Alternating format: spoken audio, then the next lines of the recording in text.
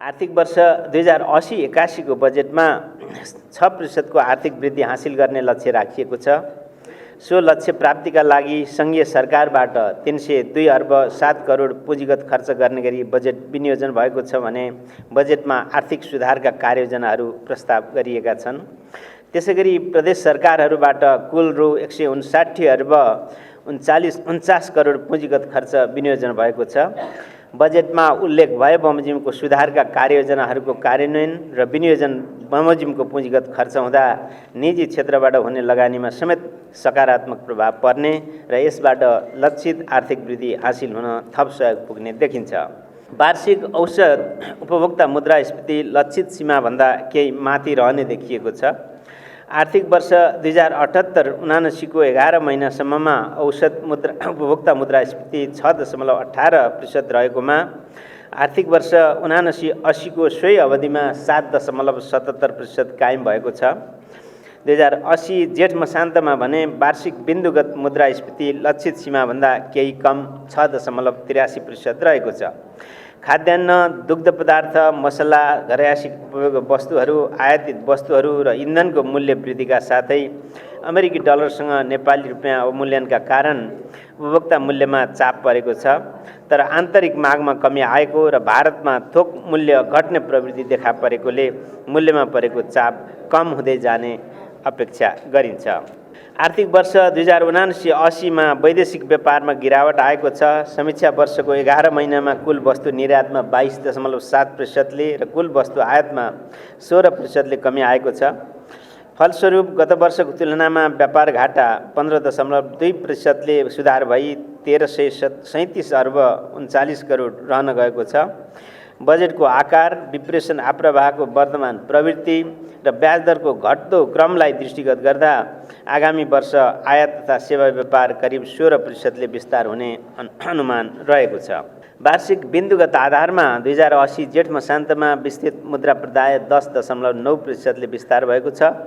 यस अवधिमा बैंक तथा वित्तीय संस्थाले परिचालन गरेको कुल निक्षेप 12.2% र निजी क्षेत्रतर्फ प्रवाह भएको कर्जा 3% वृद्धि भएको छ। पुँजीगत खर्च समयमा नै अपेक्षित रूपले हुन नसक्नु, आर्थिक वृद्धि दर न्यून रहनु र तरलतामा आएको सङ्कुचनको फलस्वरूप ब्याज दर वृद्धि भई कर्जा मागमा कमी आउनु जस्ता कारणले आर्थिक वर्ष 2079-80 मा कर्जा विस्तार कम रहन गएको छ। विप्रेसन अप्रवाहको प्रवृत्ति, तरलतामा आएको सुधार एवं ब्याज दरको घट्दो क्रम तथा बजेट वक्तव्यमा प्रस्तावित सुधार कार्ययोजना र सङ्घ तथा प्रदेश सरकारको विनियोजन बमोजिमको हुने पुँजीगत खर्चका कारण आर्थिक गतिविधि चलायमान भई निजी क्षेत्रबाट हुन सक्ने कर्जाको माग र बैंक तथा वित्तीय संस्थाको कर्जा प्रवाह गर्न सक्ने क्षमतालाई दृष्टिगत गर्दा आर्थिक वर्ष 2080-81 मा निजी क्षेत्रतर्फ जाने कर्जा रु 562 अर्बसम्मले वृद्धि हुने प्रक्षेपण गरिएको छ। नीतिगत व्यवस्थाको परिणामस्वरूप बाह्य क्षेत्रमा परेको दबाव कम भएको छ। भुक्तानी सन्तुलन 2079 असोजदेखि बचतमा रहन थालेको छ। बाह्य क्षेत्रमा आएको सुधारसँगै ब्याङ्किङ प्रणालीमा तरलता सहज हुँदै गएको छ। फलस्वरूप अल्पकालीन ब्याज दरहरू घटेका छन् भने दीर्घकालीन ब्याज दरहरू समेत घट्ने क्रममा रहेका छन्। यसरी बाह्य क्षेत्र र तरलतामा आएको सुधारबाट आन्तरिक आर्थिक गतिविधि चलायमान हुँदै जाने अपेक्षा रहेको छ। चालु खाता घाटामा नै रहेको र कुल गार्हस्थ्य उत्पादनमा आयातको अनुपात उच्च रहेको सन्दर्भमा बाह्य क्षेत्रमा भएको उपलब्धिलाई सुरक्षित राख्दै आर्थिक गतिविधिलाई चलायमान बनाउन सहयोग पुग्ने गरी कुल आन्तरिक माग व्यवस्थापन गर्ने रणनीति अवलम्बन गरिएको छ। विप्रेसन अप्रवाहका कारण मुद्राको आपूर्ति बढेको छ, तर सोही बमोजिम मुलुकभित्रै मूल्य अभिवृद्धि हुन नसकेकोले आन्तरिक उत्पादन क्षमता र मागका बीचमा अन्तर बढ्दै गएको छ। फलस्वरूप बाह्य क्षेत्रतर्फको चालु खाता विगत केही वर्षदेखि निरन्तर घाटामा रहँदै आएको छ। स्थिर विनिमय दर नीति अवलम्बन गरिएको सन्दर्भमा चालु खाता निरन्तर घाटामा रहनुले बाह्य क्षेत्र मात्रै नभएर आन्तरिक स्थायित्वमा समेत जोखिम रहने हुन्छ। यसर्थ आन्तरिक माग एवं आपूर्तिबीच सन्तुलन कायम राखी समग्र माग व्यवस्थापन गर्दै समष्टिगत आर्थिक स्थायित्व हासिल गर्नतर्फ मौद्रिक नीति केन्द्रित गरिएको छ। नेपालको गार्हस्थ बचत लामो समयदेखि कुल गार्हस्थ उत्पादनको 10% भन्दा न्यून रहेको स्थिति छ। न्यून बचत र उच्च लगानी मागका कारण स्रोत अन्तर बढ्दै गएको छ। यस सन्दर्भमा बचत प्रोत्साहनका लागि निक्षेपको वास्तविक ब्याज दर धनात्मक हुने गरी नीतिगत कार्यदिशा तय गर्ने रणनीति अवलम्बन गरिएको छ। कुल गार्हस्थ उत्पादनको तुलनामा नेपालमा निजी क्षेत्रतर्फ प्रवाह भएको कर्जाको आकार दक्षिण एसियामै उच्च रहेको छ। बैंक तथा वित्तीय संस्था, सहकारी संस्था, बीमा कम्पनी, नागरिक लगानी कोष र कर्मचारी सञ्चय कोषबाट प्रवाह भएको कर्जा समेतलाई गणना गर्दा नेपालको निजी क्षेत्र अधिक ऋण भारमा परेको स्थिति छ।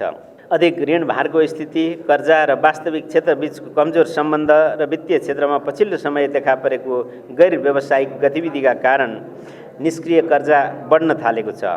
उपयुक्त पृष्ठभूमिमा वित्तीय स्थायित्व कायम राख्ने कार्यलाई प्राथमिकतामा राखिएको छ। पछिल्लो 20 वर्षमा ब्याङ्किङ क्षेत्रबाट औसतमा 19.4%ले कर्जा विस्तार भएको छ। निजी क्षेत्रतर्फ प्रवाहित कर्जा र कुल गार्हस्थ उत्पादन बीचको औसत अनुपात बढ्नुका अतिरिक्त ठुला आकारका कर्जाहरूको सङ्ख्या पनि बढेको छ। तर कर्जाको विस्तार भए अनुरूप वास्तविक क्षेत्रको विस्तार हुन सकेको छैन। वास्तविक क्षेत्र विस्तार नभई वित्तीय क्षेत्रको मात्र विस्तार हुँदा वित्तीय सम्पत्तिको गुणस्तर कमजोर हुन गई वित्तीय स्थायित्वमा मात्र नभएर यसले अन्ततः वास्तविक क्षेत्र तथा सरकारी वित्तमा समेत दीर्घकालीन रूपमा प्रतिकूल प्रभाव पार्न सक्ने जोखिम रहन्छ। यसर्थ कर्जाको वृद्धिभन्दा कर्जाको उत्पादनशील उपयोग बढाउने, साना तथा मझौला उत्पादनशील कर्जामा जोड दिने र कर्जाको अधिक केन्द्रीकरण घटाउनेतर्फ जोड दिइएको छ। कोभिड सङ्क्रमण र रुस युक्रेन युद्धका कारण बिथोलिएको बजार आपूर्ति श्रृङ्खला अझै लयमा फर्किसकेको छैन। मौद्रिक नीतिको कार्यदिशा, मूल्य र बाह्य क्षेत्र स्थायित्व कायम राख्दै अर्थतन्त्रलाई चलायमान बनाउन सजगतापूर्वक लचिलो मौद्रिक नीतिको कार्यदिशा अवलम्बन गरिएको छ। वित्तीय स्रोतलाई उत्पादनशील क्षेत्रमा प्रवाह गराई आन्तरिक उत्पादन क्षमता अभिवृद्धि गर्नेतर्फ मौद्रिक नीतिको प्राथमिकता रहेको छ। ठुला कर्जाहरूको अनुगमन, नियमन तथा सुपरिवेक्षणलाई प्रभावकारी बनाउने, कर्जाको अधिक केन्द्रीकरण कम गर्दै लैजाने, साना तथा मझौला उत्पादनशील कर्जालाई प्राथमिकता दिने र कर्जाको गुणस्तर तथा पहुँच अभिवृद्धि गरी वित्तीय स्थायित्व प्रवर्धन गर्नेतर्फ मौद्रिक नीतिलाई सहयोग पुग्ने गरी नियामकीय नीतिहरू तर्जुमा गरिएको छ। मौद्रिक नीतिको संरचना र लक्ष्य, कम्तीमा 7 महिनाको वस्तु तथा सेवा आयात धान्न पुग्ने गरी विदेशी विनिमय सञ्चित कायम गर्नु मौद्रिक नीतिको लक्ष्य रहेको छ।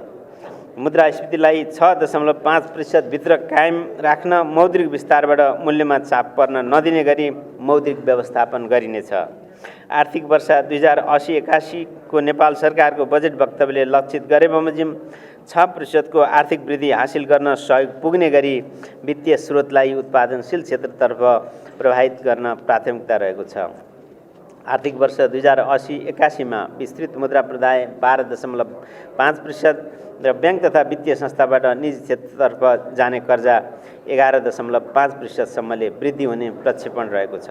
आन्तरिक तथा बाह्य आर्थिक परिदृश्यलाई दृष्टिगत गरी नीतिगत दरहरूलाई 50 आधार बिन्दुले घटाई 6.5% कायम गरिएको छ।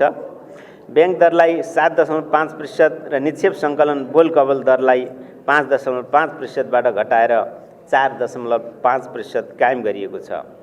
ब्याजदर करिडरलाई प्रभावकारी बनाउन ब्याजदर करिडरको तल्लो सीमामा स्थायी निक्षेप सङ्कलन सुविधा उपलब्ध गराउने व्यवस्था गरिनेछ। नियमन तथा सुपरिवेक्षण, वित्तीय क्षेत्रको स्थायित्वलाई असर पुर्याउने गैर व्यावसायिक तथा उशृङ्खल गतिविधिलाई समेत नियन्त्रण गर्न सहयोग पुग्ने गरी विद्यमान ब्याङ्किङ कसुर ऐन 2064 मा समसामयिक संशोधन प्रक्रिया अगाडि बढाइनेछ। पहिलो आवासीय घर कर्जाको सीमा रु 1,50,00,000 वृद्धि गरी 2 करोड पुर्याइनेछ। ब्याङ्क तथा वित्तीय संस्थामा खाता खोली विप्रेषण पठाइमा कम्तीमा 1% थप ब्याज दिने व्यवस्थालाई निरन्तरता दिएको छ। ब्याङ्क तथा वित्तीय संस्थाको सुझाव समेतको आधारमा चालु पुँजी कर्जा सम्बन्धी मार्गदर्शनमा आवश्यक पुनरावलोकन गरिनेछ। प्राकृतिक प्रकोप वा अन्य विशेष परिस्थितिजन्य कारणले समस्यामा परेका ऋणीहरूको कर्जा पुनर्संरचना लगायतका व्यवस्था गरेर पुनरुत्थान तथा अन्य व्यवस्थापनका लागि ब्याङ्क तथा वित्तीय संस्थाले अवलम्बन गर्नुपर्ने उपाय र प्रक्रियाका बारेमा स्ट्रेस लोन रिजोल्युसन फ्रेमवर्क जारी गरिनेछ। वाणिज्य ब्याङ्कहरूको सम्पत्तिको गुणस्तर पुनर्मूल्याङ्कन गर्नुका साथै ब्याङ्क तथा वित्तीय संस्थाको आन्तरिक कर्जा जोखिम वर्गीकरण गर्ने सम्बन्धी मार्गदर्शन तर्जुमा गरिनेछ। राष्ट्रिय स्तरका विकास ब्याङ्कहरूले समेत पूर्ण रूपमा क्यापिटल एडेक्वेसी फ्रेमवर्क 2015 अनुसार पुँजीकोष कायम गर्नुपर्ने व्यवस्था लागू गरिनेछ। नेपाल लेखामान अनुसार एक्सपेक्टेड क्रेडिट लस मोडल कार्यान्वयनका लागि आवश्यक नीति तर्जुमा गरिनेछ। वित्तीय गहिराई मापनका लागि ब्याङ्क तथा वित्तीय संस्थाको अतिरिक्त लघुवित्त वित्तीय संस्था, बीमा कम्पनी, नागरिक लगानी कोष र कर्मचारी सञ्चय कोष लगायतका अन्य गैर ब्याङ्किङ वित्तीय संस्थाको वासलात समावेश भएको वित्तीय सर्वेक्षण तयार गरी प्रकाशन गरिनेछ। लघुवित्त वित्तीय संस्थाको समस्या र सुझाव सम्बन्धमा गठित अध्ययन समितिले तयार पारेको अध्ययन प्रतिवेदनका सुझावहरूलाई क्रमशः कार्यान्वयन गर्दै लगिनेछ। 2081 आषाढ मसान्तसम्म एकीकृत कारोबार सञ्चालन गरेमा विद्यमान सुविधाहरू उपलब्ध हुने गरी लघुवित्त वित्तीय संस्थाहरूको मर्जर तथा प्राप्तिलाई प्रोत्साहन गरिनेछ। सूचना प्रविधि लगायतका सेवा निर्यात गरे बापतको विदेशी मुद्रा विद्युतीय माध्यमबाट भित्र्याउने व्यवस्थालाई थप प्रभावकारी बनाइनेछ। विद्युतीय भुक्तानीमा आबद्ध संस्थाहरूले गर्ने कारोबारहरूको राफसाफ कार्यलाई प्रिन्सिपल फर फाइनेन्सियल मार्केट इन्फ्रास्ट्रक्चरसँग सामञ्जस्य हुने गरी यस ब्याङ्कको प्रणाली मार्फत फर्चेट हुने व्यवस्था मिलाइनेछ। नेपाल सरकारको आर्थिक वर्ष 2080-81 को बजेट वक्तव्यमा उल्लेख भए बमोजिम विदेशी लगानी सम्बन्धी प्रक्रियालाई सरलीकरण र सहजीकरण गर्न नेपाल राष्ट्र ब्याङ्क विदेशी लगानी तथा विदेशी ऋण व्यवस्थापन विनियममा आवश्यक संशोधन गरिनेछ। भारत बाहेक अन्य मुलुकको भ्रमणमा जाने नेपाली नागरिकलाई राहदानी सुविधा बापत एक वर्षमा 2 पटकसम्म अमेरिकी डलर 1500 सम्म सटै सुविधा उपलब्ध गराइने विद्यमान व्यवस्थालाई परिमार्जन गरी अमेरिकी डलर 2500 सम्म उपलब्ध गराउने व्यवस्था गरिनेछ। हवाई सेवा प्रदायकहरूलाई आवश्यक पर्ने विभिन्न सेवा शुल्कहरूको भुक्तानी विदेशमा गर्दा नियामक निकायको स्वीकृति, सिफारिस र तोकिएका कागज समेतको आधारमा अमेरिकी डलर 1 लाख वा सो बराबरको अन्य परिवर्तित विदेशी मुद्रासम्मको रकम इजाजतपत्र प्राप्त क वर्गका वाणिज्य ब्याङ्कहरू मार्फत पठाउन सकिने व्यवस्था गरिनेछ। कोभिड-19 को प्रकोप र प्रभाव न्यून हुँदै गएको हुँदा विदेशी मुद्रामा लिएको ऋण नेपाली रुपैयाँमा भुक्तान गर्न सकिने विद्यमान व्यवस्थालाई हटाइनेछ। यस नीतिको कार्यान्वयनबाट समष्टिगत आर्थिक स्थायित्व प्रवर्धन हुने, वित्तीय स्रोतको उत्पादनशील उपयोग अभिवृद्धि हुने, वित्तीय पहुँच विस्तार हुने र उच्च तथा दिगो आर्थिक वृद्धिको लक्ष्य हासिल गर्न सहयोग पुग्ने अपेक्षा गरिएको छ। आर्थिक तथा वित्तीय स्थितिको त्रैमासिक समीक्षा गरी मौद्रिक वित्तीय क्षेत्र, भुक्तानी प्रणाली र विदेशी विनिमय व्यवस्थापनसँग सम्बन्धित नीतिमा आवश्यक पुनरावलोकनलाई नियमित गरिनेछ।